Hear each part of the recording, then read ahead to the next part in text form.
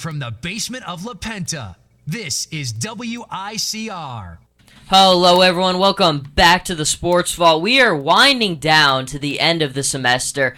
4 years continued in the books. It hasn't skipped a beat. Now, we'll probably find some time to get on the air next week, but just in case we couldn't, it's a very busy time. Wanted to come on the air and do a little bit of something just in case. But again, I think that you'll be pretty safe. Rob, there's been some news as of the last couple days. Kobe Bryant, it's finally time. He's hanging it up, calling it a quits. A lot of people saying, look, this has kind of been writing on the walls. Kobe, he's definitely been on the way out, and now it finally is happening. What are your thoughts now that, it's all kind of coming to fruition? It's kind of sad. This is somebody we've seen over the years who's just really stood out. The guy who hits the big shot. The only person we'll know to wear number 8 and 24 in LA. The face of LA for 20 years. And it's probably just the saddest thing to see, Obviously, we want Kobe leaving on good terms. It's time, though. It's time. It comes a time in your life where you go, my heart still loves the game, but my body can't take it. But when it comes to Kobe Bryant, you see it every day now. He's shooting under 30% a game. He's really struggling. So I think it was just the right time to announce this. I think so, too. Look, I can't rip him because coming off the injuries the way he did, no one wants to go out that way. Even when we look at the NFL and football this year, Steve Smith, he said this was going to be his last year, but obviously he's out for the year with his injury. If he comes back, same thing. You can't. I understand. You don't want to go out with an injury that way. But with Kobe, it's been kind of different because I think Kobe, he took that big deal a couple summers ago, and he kind of had the expectation that the Lakers were still relevant, in a position to contend, and they clearly were not. No. He was not in a position. I mean, his game takes so much effort, and it takes and that's a credit to him because of how hard he plays, and it's just not possible for him to play that aggressively anymore with his age and with the injuries and how he's declined physically. It's just not possible. So I think Kobe has a little bit of criticism that's rightfully due to him, but at the same time, he just hasn't been the same. It's what happens. It happens to everybody. It happened to Michael. It happens to every great player. Legacy is what everyone's going to start talking about now. Now, a lot of people have been outspoken, and a lot of people like Magic Johnson saying there will never be another Kobe Bryant. And I think, look, it's kind of sensitive because Kobe was kind of the guy who picked up the mantle and was the face of the NBA after Michael Jordan left. And for a lot of people, he was the best player they saw for a really long time. So a lot of people have a big emotional connection. When you look at his legacy, where do you rank him in the top? I'll give you top 5, top 10. Where do you put him? I would say you put Kobe top 3 in the NBA ever. Really? So okay, you put him top. Who?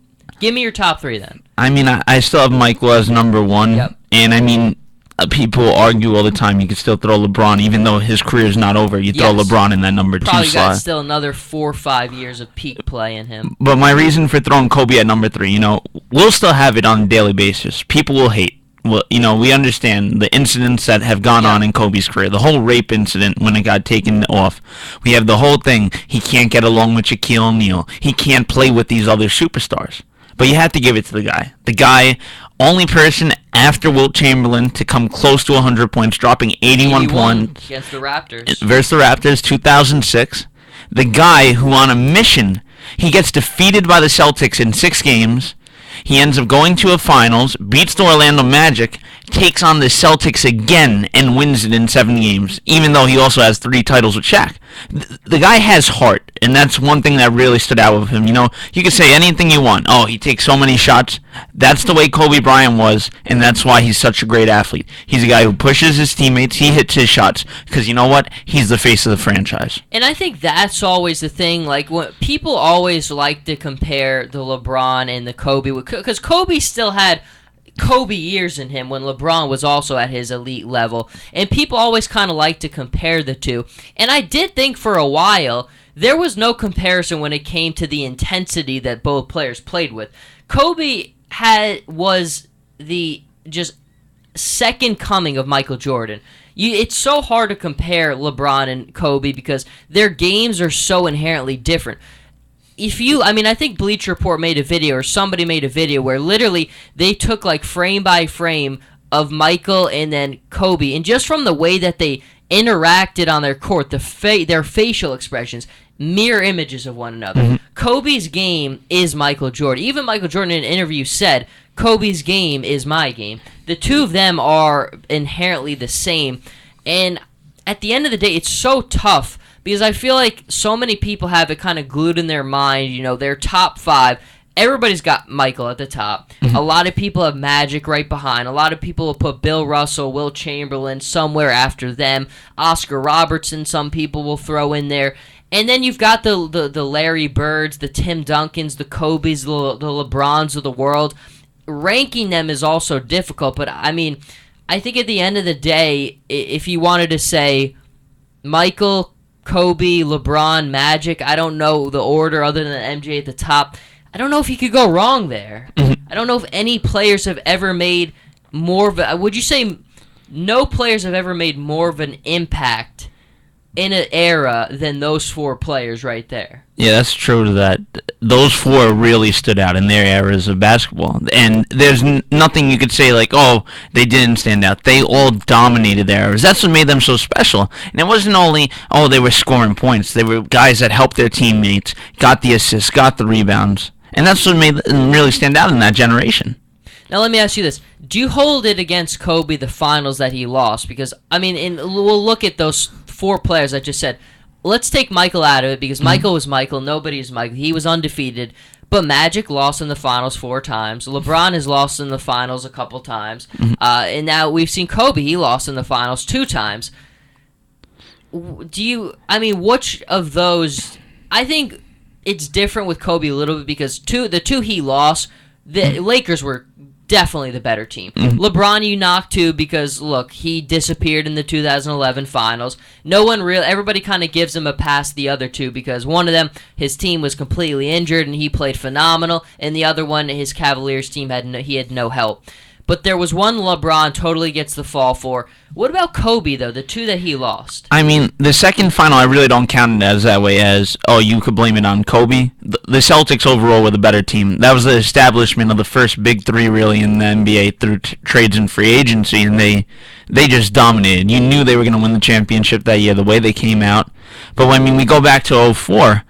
that's one you might have to blame on Kobe Bryant. Yeah, you know what? I really think you might. We had a Pistons team of Chauncey Billups, Prince, Hamilton, and the 2 Wallaces. Don't get me wrong, that's a great defensive team right there, great defensive unit.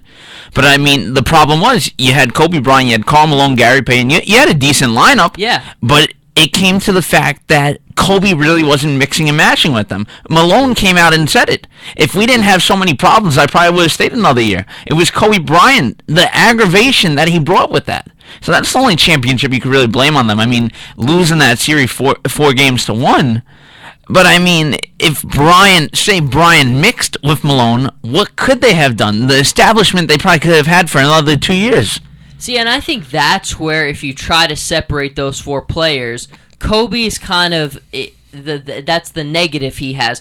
Now, Michael was the same way. His teammates, a lot of them hated him because of the way... Look, he punched Steve Kerr in a practice one time. Michael demanded the utmost intensity and perfection from his teammates, which was sometimes hard, and some guys kind of that rubbed them the wrong way. But I don't think that... I think when it came down to game time, and when it came down to it, they all kind of got in line and never really clashed with him, because they knew he was the guy. I think that's the one thing. Even LeBron, we know, and Magic have always been 2 giving guys on and off. They've never really struggled with that. But Kobe, it seemed like, has struggled the most with relationships with teammates. Mm-hmm. I think a big part of that, them losing that, was him and Shaq, just that it came down to it. They just couldn't get along anymore. And if at the end of the day, you need to kind of knock Kobe for when it's compared to those other players.